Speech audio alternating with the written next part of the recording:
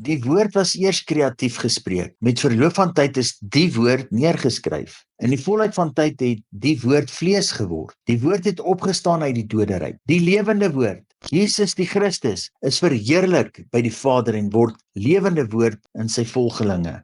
Die korporatiewe woord van God is die Christus liggaam met Jesus as hoof van die Christus liggaam. So die lewende woord is die korporatiewe Christus. 1 Petrus 1 vers 21, julle wat deur hom glo in God, wat hom uit die dode opgewek en hom heerlikheid gegee het, sodat julle geloof en hoop op God kan wees. Jesus, die woord wat vlees geword het oor die 100 keer in die evangelies verwys na die skrifte.